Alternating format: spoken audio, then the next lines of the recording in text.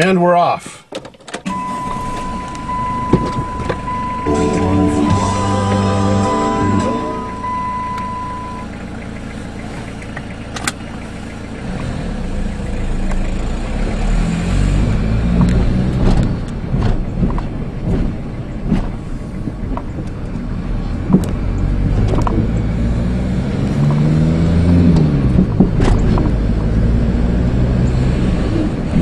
Just leaving my home. We're on a bit of a garbage picking adventure. First time in my new diesel van.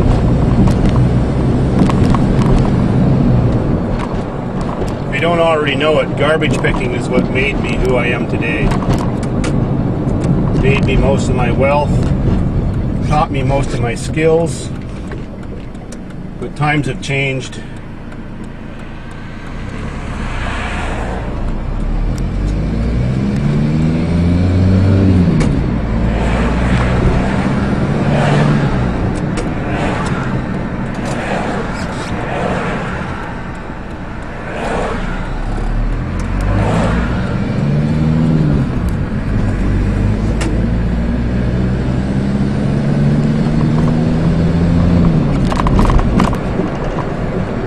Just isn't much good garbage pickings anymore.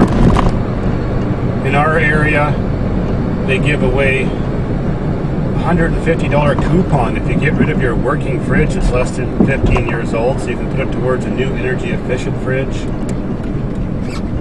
There's a lot more people who go garbage picking, 5 nights a week.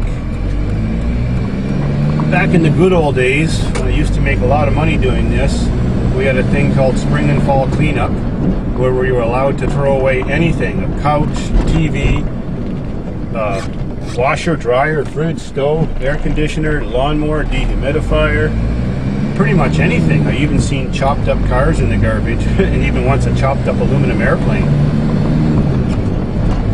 But they did away with all that like about a dozen years ago, so there's no particular time to go picking except on your garbage day, but there's no particular time when the big good treasures are out there you can make the money.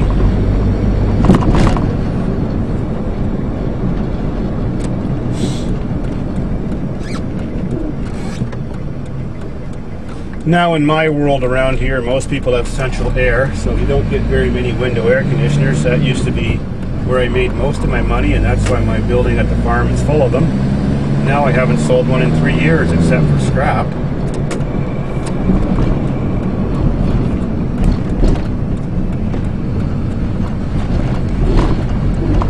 In the good old days, there was just mad rush. Everybody with their car, their truck, their trailer, their van.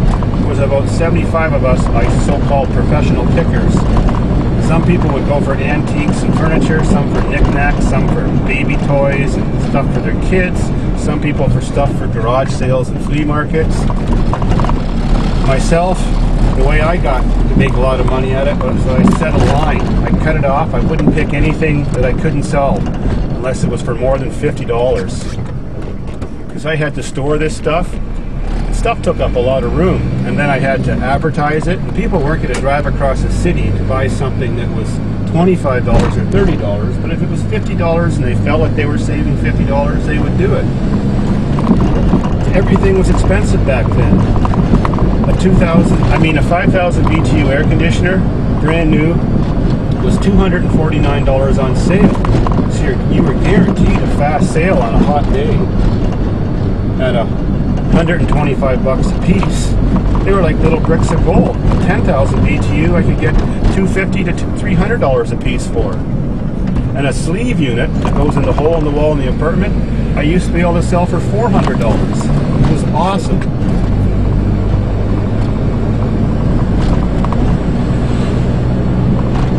I never bothered with hardly picking up any scrap metal because that would just take up room in my vehicle too. That's why I made that turbocharged, intercooled, souped-up, airy station wagon. Sure, it didn't hold a whole lot compared to a van, but I wanted speed and fuel efficiency and acceleration to be able to get the most area covered in the least amount of time. And in every neighborhood throughout my city of 350,000 people, it was all organized. I had drop-off points. I had a customer's house where I had already pre-arranged that I was allowed to drop off anything there that evening while I was picking, or that morning. And the next morning, after the garbage truck went by and neighborhoods were all cleaned out, I would pick up everything with my trailer that I attached to my super wagon. I used to rent farm buildings to do this in. Back then, you could sell TVs like hotcakes. Color TVs were a big thing, especially the bigger ones. No problem getting between $100 to $200 for an ordinary TV, even a 20-incher. Easy $200 for a 27-incher with a nice picture. Those days are gone too. Now nobody picks up TVs. They all want the flat screens. When VCRs were still fresh and new in people's minds, and microwaves, you could get between $100 to $300 a piece for a used VCR microwave.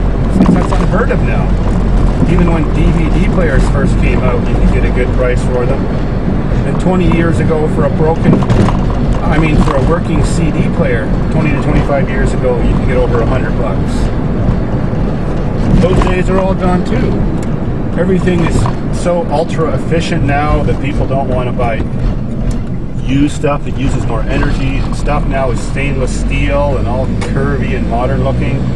They don't want something with a brown plastic front or another color other than white or stainless steel. You know, nothing green, nothing yellow, nothing almond. The world has slowly changed, and I think Walmart did it. Walmart had the biggest effect in bringing low-price material items, manufactured goods, to North America. And that destroyed our working economy here for light manufacturing. It all went overseas, Asia. It killed my business too, so I decided to retire 3 years ago, and that's when I went on YouTube. Perfect timing. Hardly sell anything anymore. Not even that many repairs anymore. It's a disposable society. I've been already out here driving for 10 or 15 minutes and haven't seen a single good thing. Usually in the beginning of spring like it is now, we have warm weather. People are cleaning out their garages and their backyards, their sheds. There's lots of good stuff.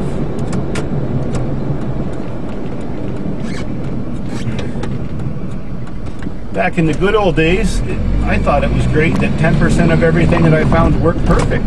Never knew why they threw it away unless they just wanted something new and more modern or a different color, or it was a little tattered looking. Nowadays, I would say 60 to 80% of everything I find works. Really.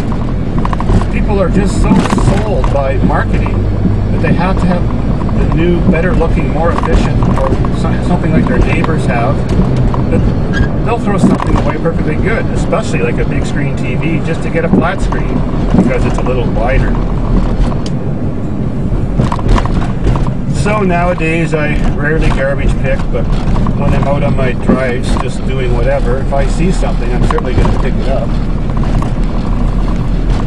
But I guess the easiest thing to sell nowadays, after all is said and done, is just dehumidifiers and lawnmowers. Not a hell of a lot else. I used to get a lot of good tires too, and that's how I never had to buy a tire in my life for my cars. People would sell the car they had, or they would get in an accident, and they had a spare set of tires for it in their garage. So instead of advertising and sell them, they would just throw them away. Oh my God, I got some nice tires sometimes, even on aluminum rims from expensive cars. Who knows what happened to their car?